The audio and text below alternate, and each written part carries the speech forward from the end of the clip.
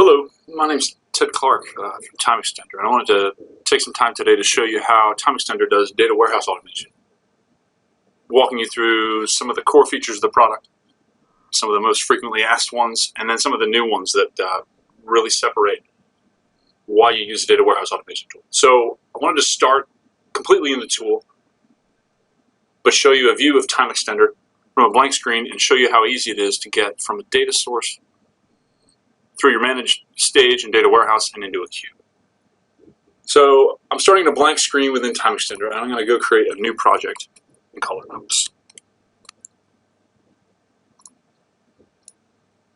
So what's showing now is the basic hierarchy of the project that we're going to be working with. And the first thing we're going to do is we need a place to work. So we're going to go create a staging database, which in TimeXtender is under the context of business unit. So we're going to call it Business Unit Ops, and then this is going to force us to create our first staging database. Normally we just create one staging database as a general rule, but the option for multiple is still there.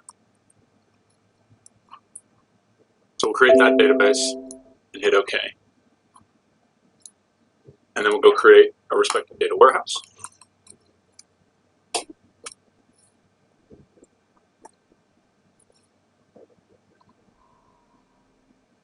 And hit OK.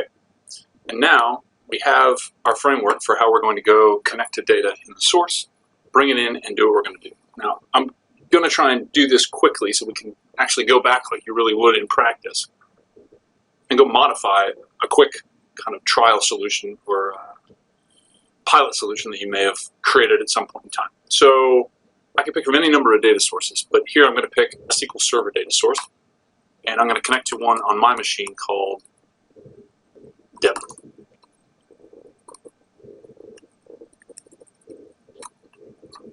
Test the connection, we're OK. And then what I'm going to go do is actually go read the data from that data source. We normally don't want to go read for you because some of these sources tend to get rather big and hairy. So what I want to do here is go into my data source. This is a list of tables, and I'm going to pick the tables that I actually want to bring into my solution. So I'm going to pick 3-dimension tables that you see here, and then a fact table as well. And these obviously relate together. But you'll see they're in my solution here in the data sources. They're also automatically, the metadata behind the staging tables are already created. They're red because they're not actually SQL objects yet. So what we're going to do, we can see, hey, there's different columns in here. There's a fact table, and there's different relationships that could be made. So what I'm going to do here is say, hey, this data is pretty good.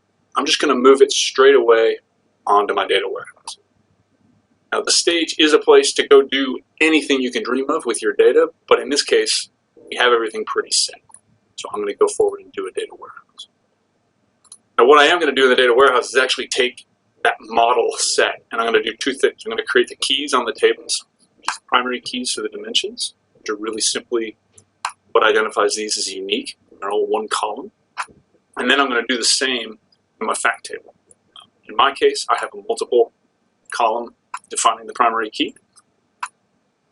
But in most sources, you'd have a rec ID and a transaction table that you can use for. So I've done that, and now what I'm going to do is go create relationships from the dimension tables to the fact table. I'm going to say yes, basically 3 times over. And now I've fully defined my warehouse, really simple 3-spoke star schema. So lastly, I'm going to go get to a cube so we can show this data, in Excel or some other reporting tool. I'm going to go here. I'm going to go create my OLAP server, and I'm going to stick with my naming convention of OLAP Ops.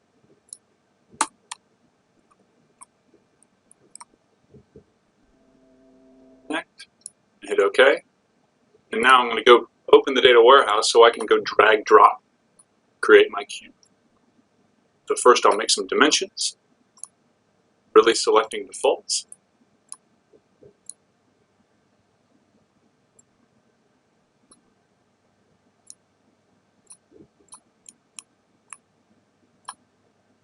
I'll do this 3 times.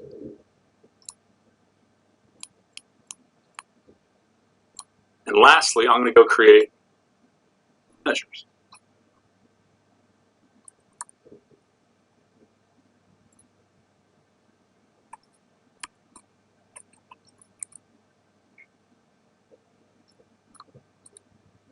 And I'll create one more for cost.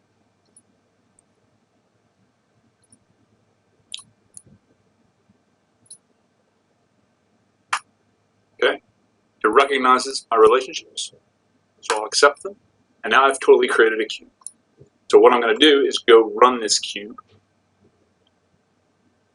actually deploying and executing. So I'm going to go create all the SQL Server objects, and then I'm going to go run data through all the way to the cube. Now when this finishes, I'm going to come in and bring Excel into play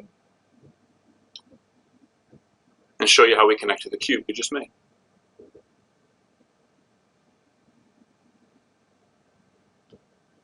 So it wraps up, shows us the time scheme of how that ran. And now what we'll do is we'll go into Excel and go connect up to our analysis services cube.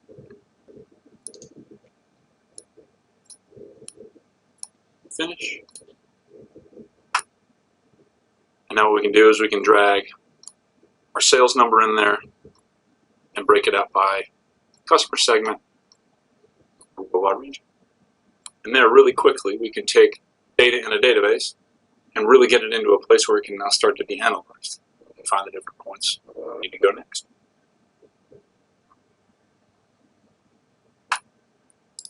So what I'd like to do now is go back to our stage area, which is under business units, and touch upon 2 or 3 of the first questions I always get after showing this really 101 level of moving data from a source.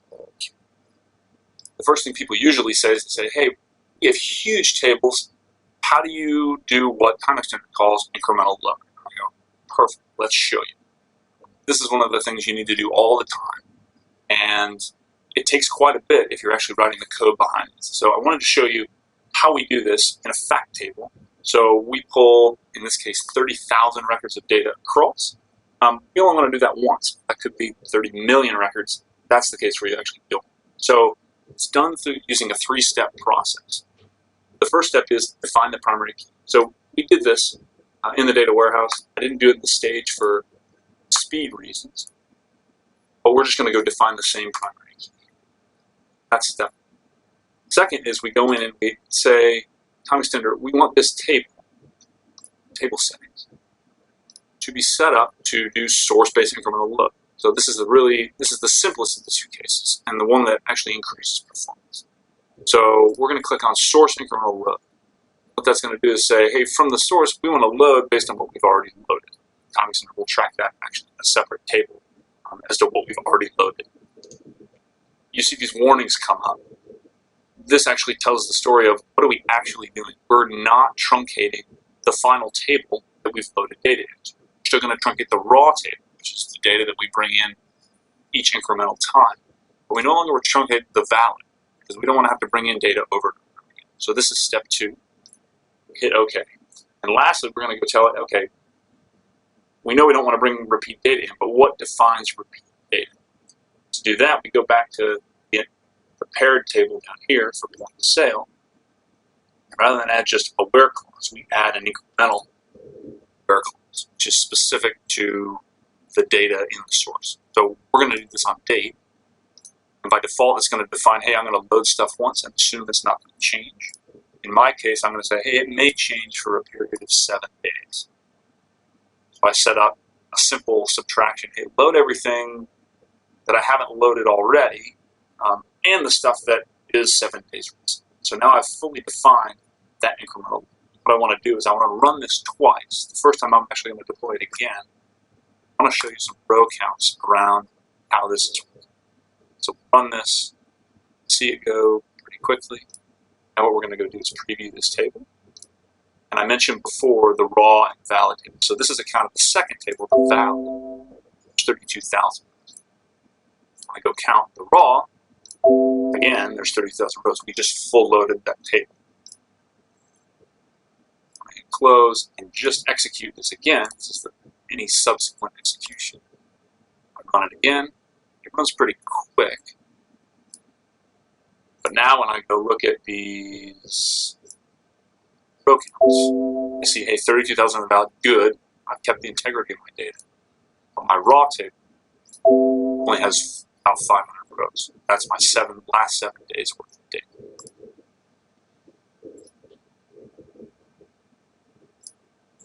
Run our solution again. So going, hey, deploy everything and run this.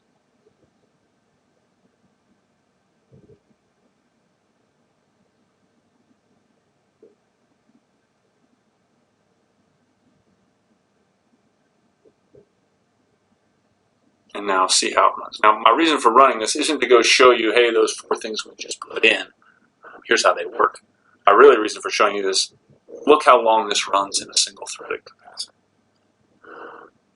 We want to be able to do this a little bit better. And one of the newer features in the last year that came into TimeXtender is the ability to say, hey, look, TimeXtender manages all the dependencies between all these different objects that you do, which is not something you get out of the box when you're working in SQL Management Studio and SSIS.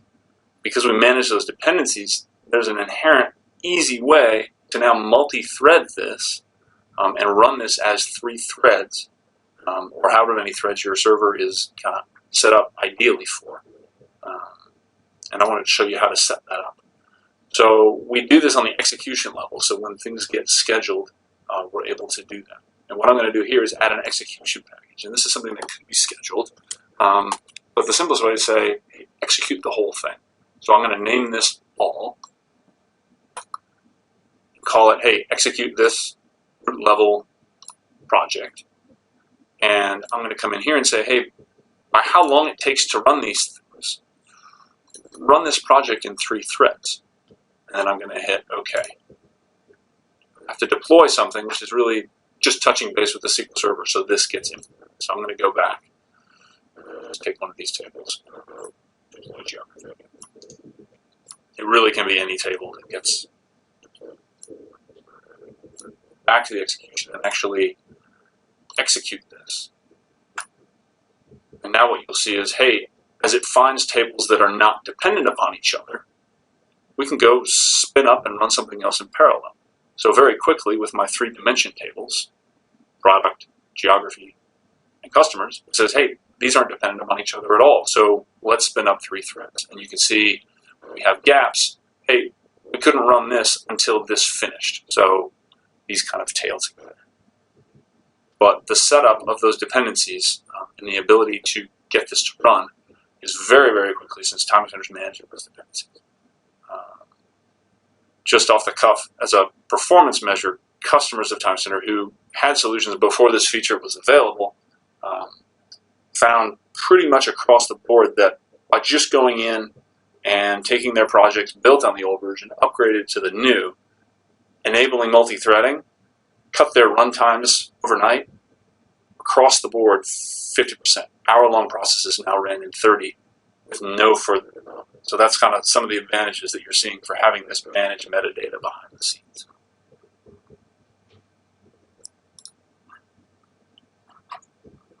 So another one of the new features I want to show you is something that TimeXtender calls custom code. So TimeXtender is generating all the view logic or view code, table code, store procedure code, and SSIS code that goes out and actually does the moving of this data. And one of the questions we always get is, what if I have an existing package? Or what if I want to go make a tweak to a view or a store procedure or an SSIS package? And before we didn't have an answer, but now we do. So if I actually want to go see what's running behind the scenes, what I can do is go to the advanced setting on one of the tables. What I can do is go to customize code. Now what this is going to prompt me is, hey, do you want to modify an SSIS package associated with the geography table, the view, or the procedure? And I say, hey, I want to go see what this SSIS package is. And I can go pick, hey, I want to do this modification or viewing of what's actually going on in SQL Server data tools. And I hit OK. And I want to let TimeXtender create the package it's going to create, and then I'll modify that. Or I can go link an existing package that I have on my server or file system and just link that in. I'm going to go look at what TimeXtender generates. Now in the end, I'm going to come back and import whatever I save. But this is what TimeXtender generates, a very simple SSIS package that does the job. Go in and actually look at the data flow, and what we can see is pulling from my data source demo,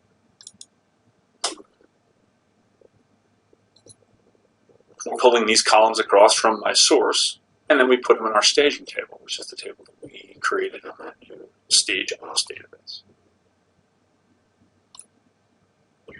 What I'm going to do is save this, close it out.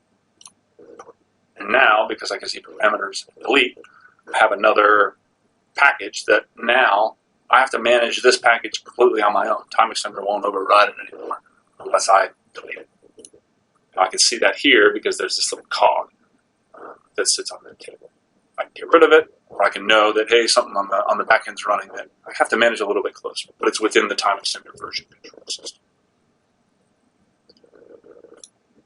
So as the next step, as an advanced feature, I wanted to show you one of the DBA problems that TimeXtender does a really good job of solving, and that is promoting all the work that you've done in a development or a test environment up into production.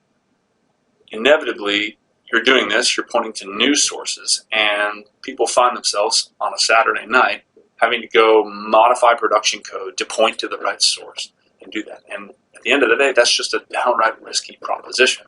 It's very prone to error, and you could be running a process that takes 8 hours, and you missed one character in what you were typing. So now you have to take that hit of another 8 hours.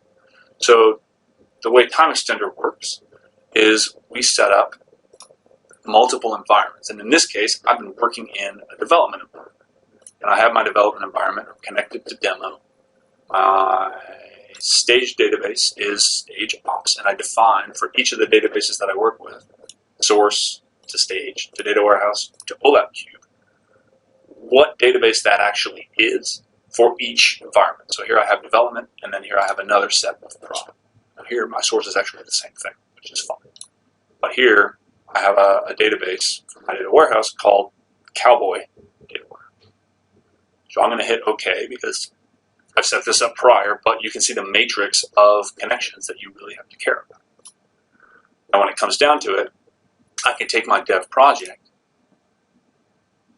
click multiple environment transfers. So basically I'm going to transfer all the work I've done in dev, which is here, and I'm going to transfer it to prod. And I do that by saying transfer.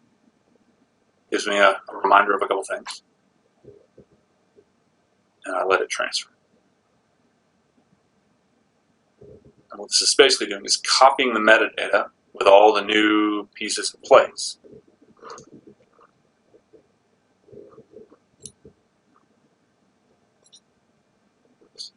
Right? But now I have version 1 of my production metadata. And what I could do, I'm not going to because we're just deploying and then executing that package all that I created in multi-threading.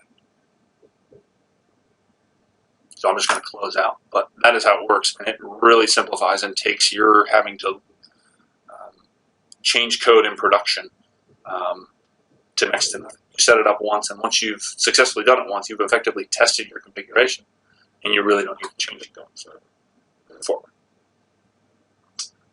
So the last thing I wanted to show you is around the age-old question of you've finished a project, and now someone says, so where's your documentation? It makes me cringe all the time because by nature, I don't come through and document this as it goes, but it is a very important thing. So one of the things that each node of this hierarchy that we're looking at that defines our project, we come in and we can say, hey, I can put notes, whether they're technical or business related, business rule related. I can go into each table, database, any level of this object and go add a description.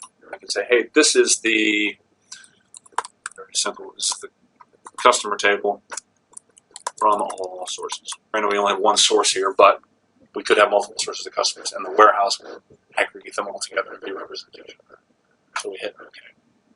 So now what you see is, hey, what objects of mine in my hierarchy are documented? Well, one of them because it's role. Lastly, when you get asked for that documentation, you can go produce that documentation. And I always make one setting. So all these descriptions, one that I just typed for customers, actually gets in the document. So put that text in the document and hit OK. And it'll go and generate the document that represents how we pulled all this data. This document up in here. There we go. So from stage, data warehouse, cube, it's doing the top down instead of the bottom up. What are all the objects that are in play, and how do we go see them? So if we go actually look,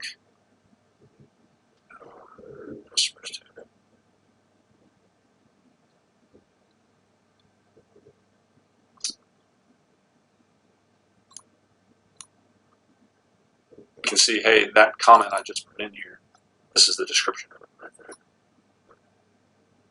And this document proves to be very, very useful when you're trying to find something not connected. Do you guys pull this field in? Oh, yes, we do. It can really satisfy a lot of different features and things that are going to go. So that concludes the basic and then the latest feature demonstration of how TimeXtender goes about data warehouse automation. Thank you very much.